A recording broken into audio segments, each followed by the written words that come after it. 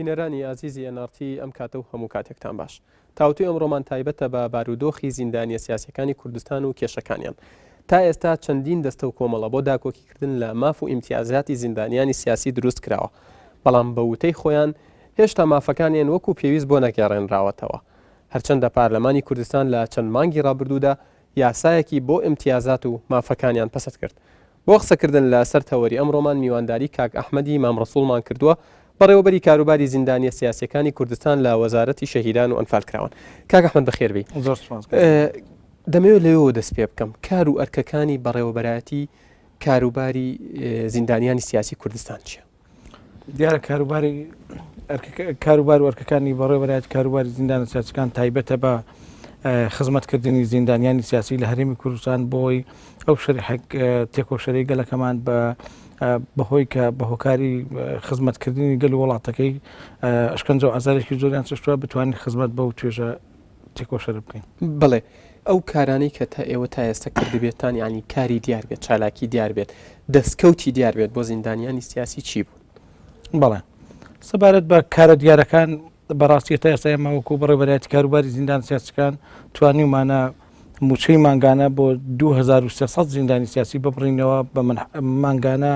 کە لە 1/7/2009 بۆیان خەرج دەکرێت تا ئێستا وەریان گرتووە. ئەمە لەلایەک لایەکی ترەوە بەپێی ئەم پرۆژە یاسایی کە لایەن کۆمکاری زیندان سیاسیەکانی کوردستان بۆ بەڕێوەبەرایەتی کاروباری زیندانە سیاسیەکان و بۆ وەزارەتی کاروباری شەهیدان هاتووە. ئێمە بە ئەچی خۆمان نەستاوین بۆی بتوانین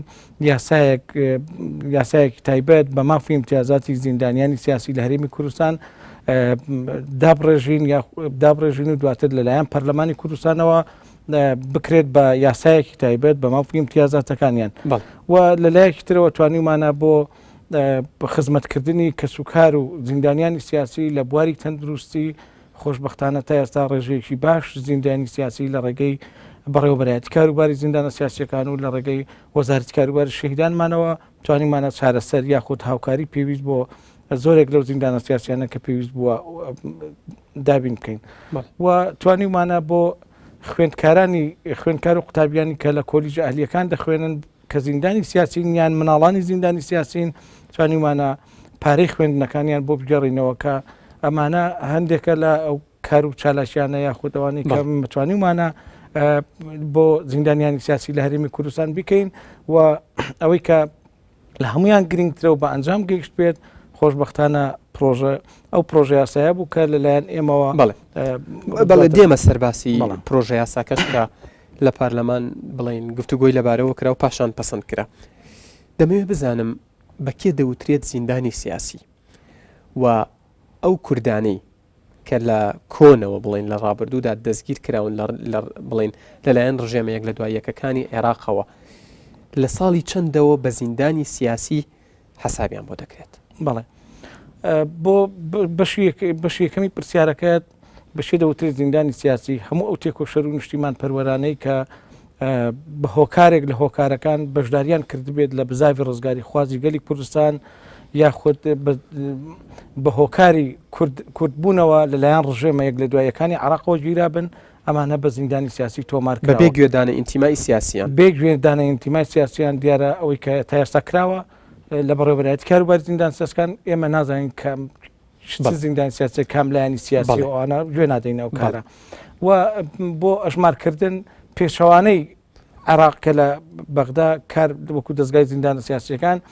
زیندانی سیاسی لە ساڵی 68ەوە ئەژمار دەکا بەڵام لە هەرێمی کوردستان بە هۆکاری ئەوەی کە شۆڕشی کورد بە درێژایی مێژووی کورد و لە تاو لە کاتی دروستبوونی دەوڵەتی عێراقەوە کورد بەردەوام لە شۆڕش بەردەوام بووە لە شکنجە و ئازار بەردەوام بووە وەرحاصل ینی لە بژنەوەی ڕزگاری خوازی گەلی کورد لە 68ەوە دەست پێ ناکا بەڵکو و پێشینێکتر هەیە بۆی ئێمە گوێمان نەداوەتە بەرواری دەستپێکردن بەڵکو ڕژێمەیەک لە دوایەکانی عێراقمان کردوتە پێوەەر و تا ساڵی 2023 هەموو ئەوانەی کە بە هۆکاری سیاسی لە سەرکاری سیاسی گیراون ئێمە هەموو ئەمانەشە بێ و کەسی دەیەوێت بێ وەکو زیندانی سیاسی حسابی بۆ بکرێت دەبێت بە بەڵگە بیسەلمێنێ کە زیندانی سیاسی بووە بە تەنانەت ئەوانی لە ڕابردوودا ینی دەگە بۆ خۆ دوتت پێش 68ش بەتەشید ئەوەی ئێمە کاری لەسەر دەکەین کار بە یاسا دەکەین ینی بەڕاستی ئەمەوەکو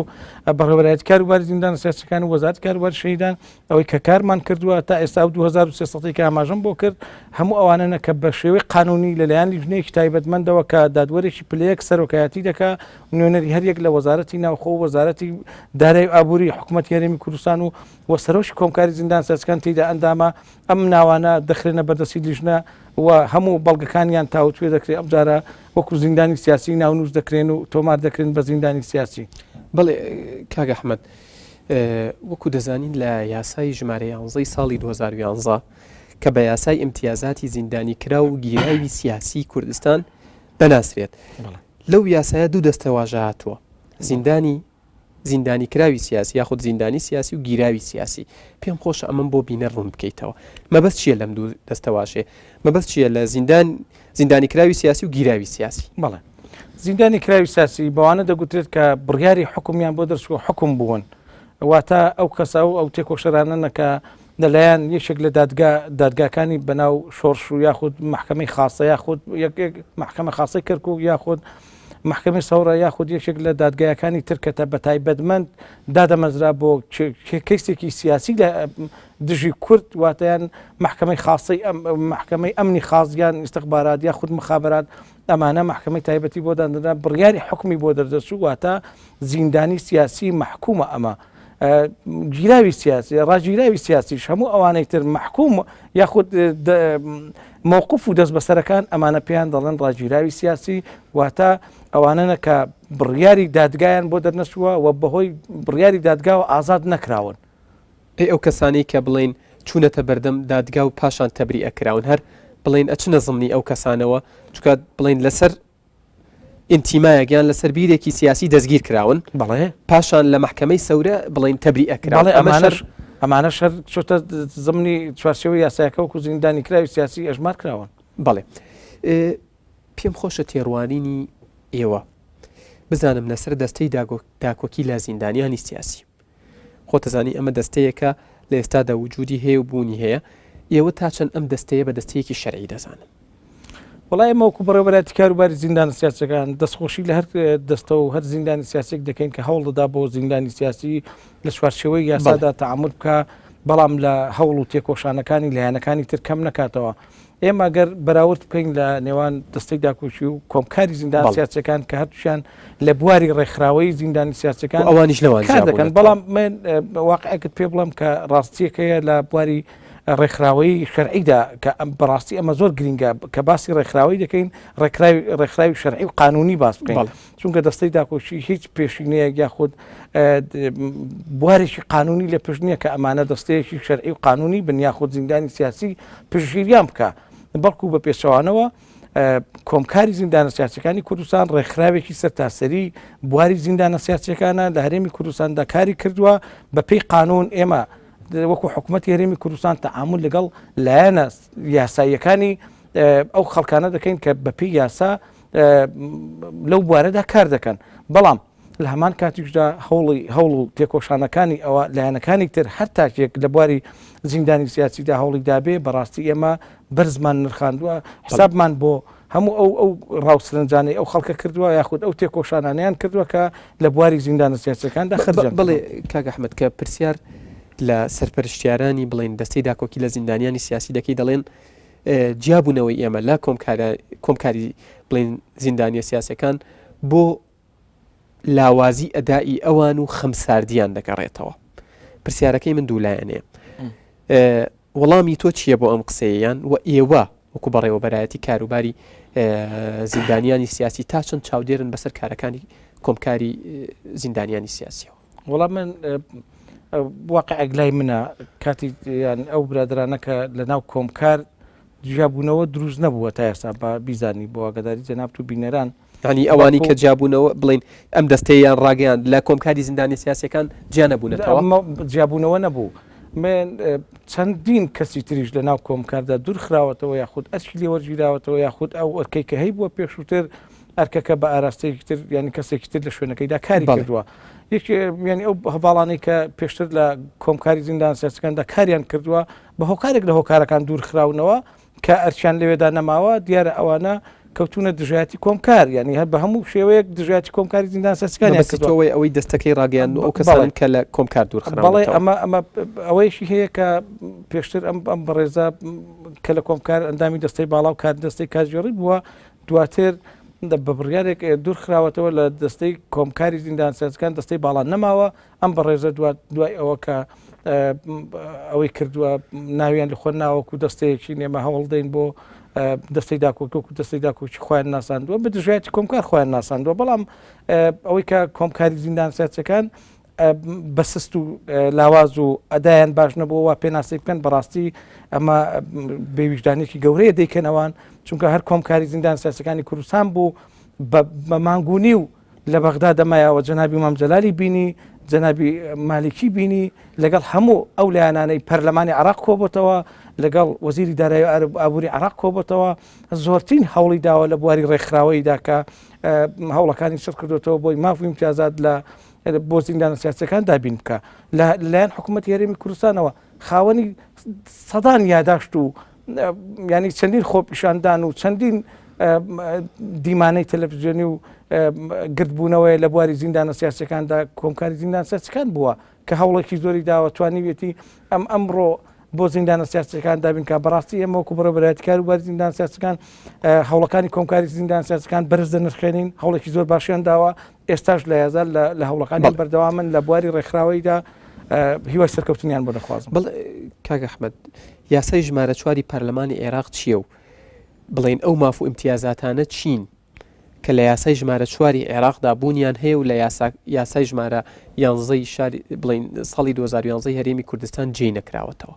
و بۆ جێ نەکراوەتەوە. بەڵێ مەگە باز لەوە بکەین یاسای ژمارە 4 ئەو یاسایەیە کە لە ساڵی 2006 لەلایەن پەرلەمانی عێراقەوە بۆ ماف و امتیازاتی زیندانیانی سیاسی دەرچووە لەو سوارچەوەیدا دەستگای زیندانە سیاسیەکان دروست بووە و چەندین ماف و امتیازات لەناو ئەو یاسایەدا بۆ زیندانیانی سیاسی عێراق بڕیاری لێدراوە یاوات باتە بۆتە یاسایەکی تایبەت لە بواری زیندانە سیاسیەکاندا لەو یاسایەدا زۆرێک لە مافەکان بۆ زیندانە سیاسیەکان دەستەبەر کراوە ئێمە کە بەراوردێک بکەین لە نێوان یاسای ژمارە 11 و ژمارە 4 بەغدا جیاوازیەکانیان بە شێوەیەکی ئەوە کە باس بکەین یەکیانەوەیە کە لە بواری ئێمەدا کە ئێمە لەوان پێشکەوتوترین من ئەو جیاوازانە دەخەمەڕ و ئەو جار جیاوازەکانی ئەوان کە ئەوان لە ئێمە زیاتر بۆ زیندان سیاسیەکان دەکەن دەخەمەڕ لە یاسایەکەی ئێمەدا شتێکی زۆر گرنگ کاتوە کە بەڕاستی مای دڵخۆشی و دەستخۆشیە بۆ پەرلەمانی کوردستان و سەرۆکایەتی ئەنجومەنی وەزیران و سەرۆکایەتی هەرێمی کوردستان و کۆمکاری زیندان سیاسیەکان و وەزارەتی شەهیدان و بەڕێوەبەرایەتیەکەی ئێمە کە توانیمانە جێ ئەوە بکەینەوە مەدالیایشی ڕێزلێنان لەو سوارچەوەیدا لە ڕووی معنەویە بۆ زیندانە سیاسیەکان بکەینە مادێک لە مادەکانی یاسا ئەمە شتێکی زۆر گرنگ بوو. خاڵێکی ترکە جیاوازی ئێمە لە ئەوەی ئەوان پێشکەوتوترین ئەوەیە کە لە ساڵەکاندایە ئەوان لە ساڵی 68ەوە زیندانی سیاسی تۆمار دەکەن ئێمە بە پێچوانەی ئەوانەوە لە ساڵەکانی پێشووتر و بە پێشینەی تر حسای بۆ دەکەین لە شۆڕشی گەلی کوردستان کە کردبی لەو جیاوازیانەی کە لە یاسایەکەی ئەواندا هاتووە لە ئێمەدا نەهاتووە تەنها دوو خاڵی سەرەکیە کاویش پێشیانەوەیە کە زیندانی سیاسی کاتێک دەچێت بۆ سەفەر و سیاحە بۆ دەرەوەی وڵات بۆ هەر سەفەرێک بۆ یەک جارە بڕی 5 ملیۆن دیناریان بۆ خەرج دەکرێت کە دەچن بۆ سەفەری گەشت و گوزار بۆ خۆیان. دووەمیان ئەوەیە کە سەبارەت بە حەجە بۆ زیندانی سیاسی ئەو زیندانە سیاسیانەی کە سەردانی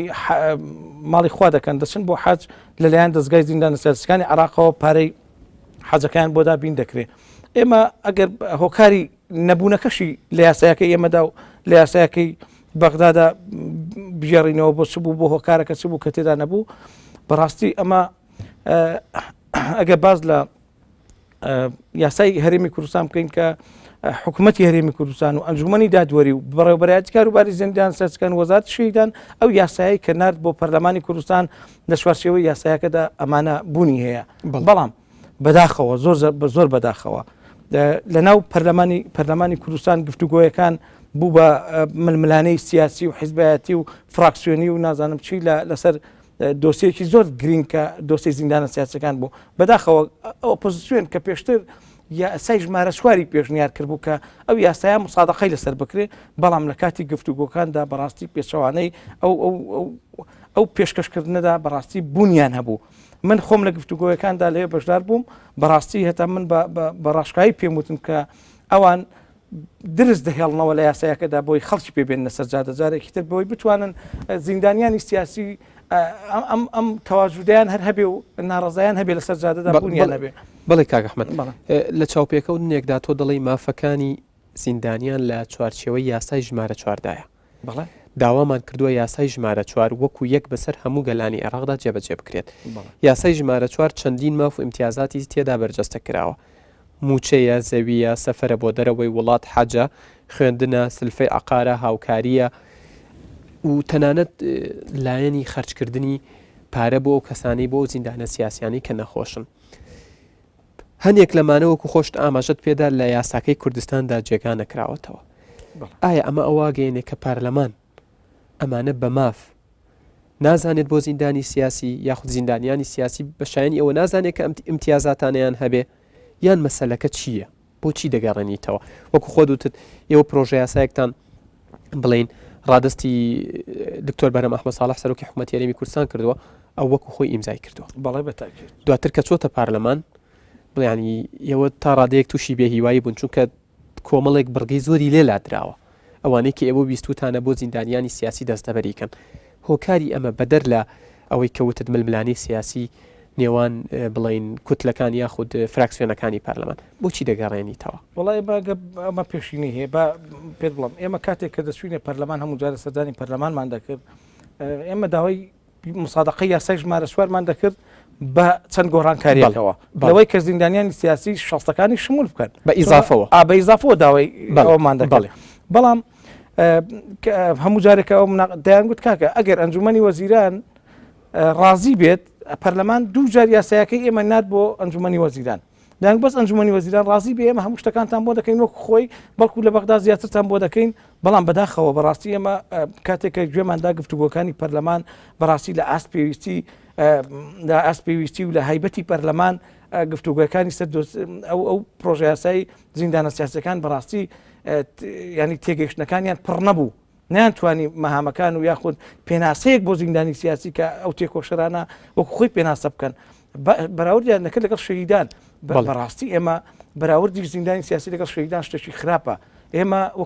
وەکو زیندانیانی سیاسی دەڵێن شەهیدان سەروەری هەمومانن با پەرلەمان با حکوومەتی هەرێمی کوردستان دا ئەوەندە بۆ شەهیدان بکە ئێمە دەستخۆشیان لێ دەکەین لێ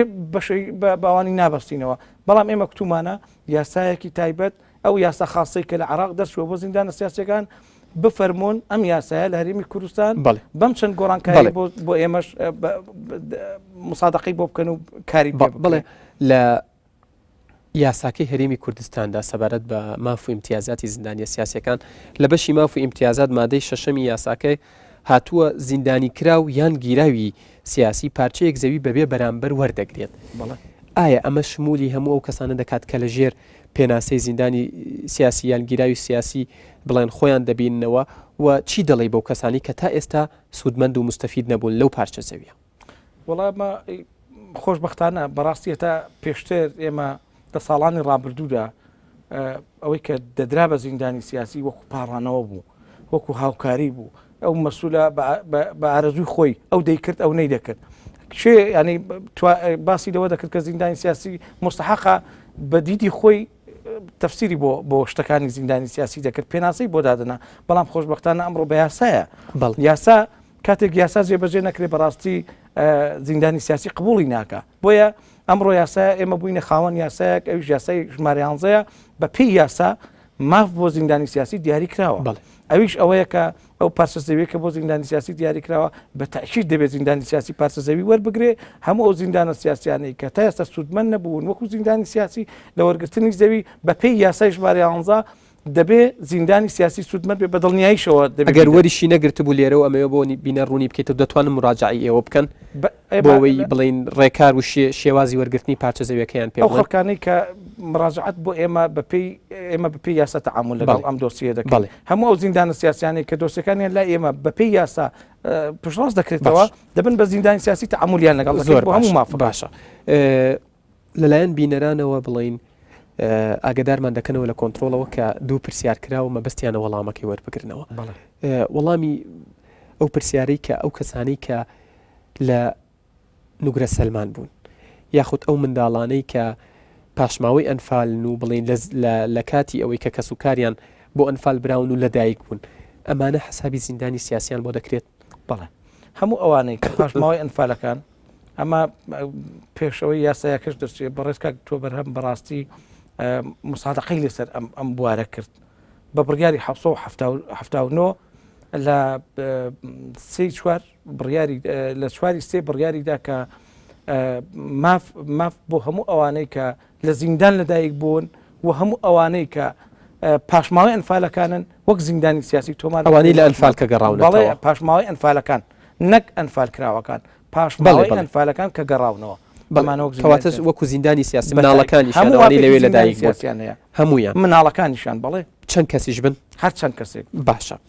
پرسیاری دووهەمم سەبارەت بە زیندانیانی شەڕی ناوخۆیە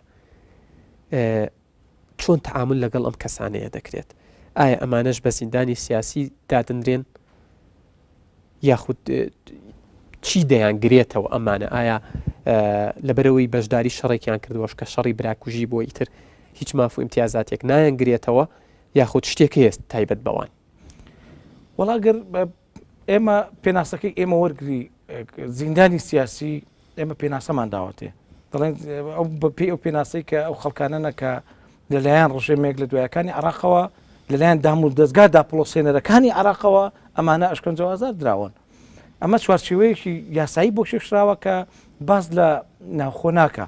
بەڵام ئەوە ناگرێتەوە کە ئێمە لەگەڵ مافی ئەوان نین بەڵکو ئێمە لە چەندین چاپێکەوتن و لەگەڵ چەندین لایەندا ئێمە داکۆچیمان لە مافی ئەوان کردووە پێشنیارمان بۆ کردن ئەم جارش هەوڵمان بۆ داون کە مافی ئەوانیش بکەوێتە چوارچێوەی یاسایەکی تایبەت لە پەرلەمانی کوردستانەوە یاسایەکی تا ئێستا لەو ماوەیەدا ینی ڕاو سرنجی ئێمە یاخ ڕاو بۆ شوونی ئێمەیان وەرگرتوەکو بەڕێوەبەرایەتی کاروباری زیندان چاچەکان لەسەر زیندانیانی ناوخۆ ئێمە پێداگریمان لەسەرەوە کردووە کە هەردوو مەکتەبی سیاسی یەکێتی پارتی کە ئێستا بەڕادەی یەکەم لە بوارەکەدا معنینە زیاتر خەڵکی ئەوان گیراوە بۆیە دەبێ چارەسەرێکی گونجاو بە پشتگیری ئەوانەوە و چونکە فراکسیۆنەکانی ناو پەرلەمانی کوردستان زۆرایەتی بەڕاستی بۆ ئەوان دەگەڕێتەوە بۆیە ئێمە داوامان کردووە کە یاسایەکی تایبەت بەوە دەچێت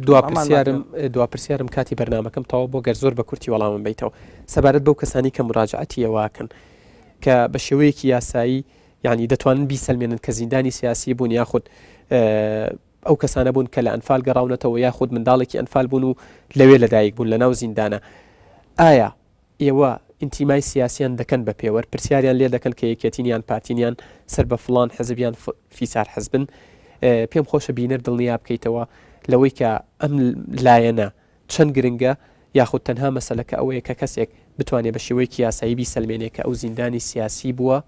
ئیتر وەکو زیندانی سیاسی تعاملی لەگەڵدا دەکرێت و هەموو مافی امتیازاتەکان دەگرێت و گەر بە کورتی سوپاس دەکەم وڵا یەک تۆزیکە ماوام بدەیت بەڵا سەبارەت بەوانە ئێمە لە فۆرمەکەی کە داماڕشتۆ بە هیچ شێوەیەک لایانی سیاسی ینی باماژەی بۆ نەکراوە ئەو یەکەم ئەو خەڵکانی کە تا ئێستا ئەولیاتەکانیان نهاتێتەوە یاخود ئەوەیە کە ئێمە تا ئەم لە حەزەی قسە لەگەڵ جەنابەت دەکەم هەموو ئەوانە تۆمار دەکەین کە بەڵگەنامەی ڕسمیان هەیە بەڵام زۆر لەو زیندانە سیاسیانە هەتا ئێستا بەڵگەکانیان فەوتاوەیان نەماوە یاخود مووقف و پاشماوەی ئەنفال و ئەوانەی لە زیندان لەدایک بوون ئەوانە ئێمە ئێستا پرۆژە ڕێنماییەکمان لە بەردەستدا چونکە بەپێی ئەم قانون ژمارە 11 دەبێ تعلیماتی پێویست لە ئەنجومەنی وەزیران دەستچێ بۆ شیکردنەوەی یاسایەکە و بۆ ئاسانکردنی جێبەجێکردنی یاسایەکە بە دڵنیاییەوە ئێمە ڕۆژی دووشەمە لە ئەنجومەنی وەزیران من کۆبوونەوەمێ لەگەڵ ئەنجومەنی وەزیران لەسەر ئەم بوارە ئیشاڵڵا ئێمە پێداگری ئەوەمان کردووە کە ناڕەحەتێکی زۆر لە ناو زیندانە سیاسەکاندا هەیە کە ئەوانەی کە بەڵگەکانیان نیە بە دڵنیاییەوە هەر کەسێک لەسەر سیاست گیرابێ و سیاسی بوو بێ لە مانگێکەوە هەتا کۆتایی هەمووی بە مافی خۆی بەڵێ زۆر سپاس کاک ئەحمەدی ئیمام ڕەسوول بەڕێوەبەری کاروباری زیندانیانی سیاسی لە وەزارەتی شەهیدان و ئەنفالکراوان سوپاس بۆ ئامادەبوونت لە ستۆدیۆی تاوتی و ئەنجامدانی ئەم چاوپێکەوتنە. زۆر سوپاس بۆ جەنابیشت بۆ بەڕێزی. بینەرانی ئازیز تاوتی ئەمڕۆمان تایبەت بوو بە قسەکردن لەسەر بارودۆخی زیندانیانی سیاسی و کێشەکانیان. هیوادارم توانی بێتمان لەم تاوتوێیە هەندێک زانیاری بەیەوە ببەخشین. هەر شاد بن.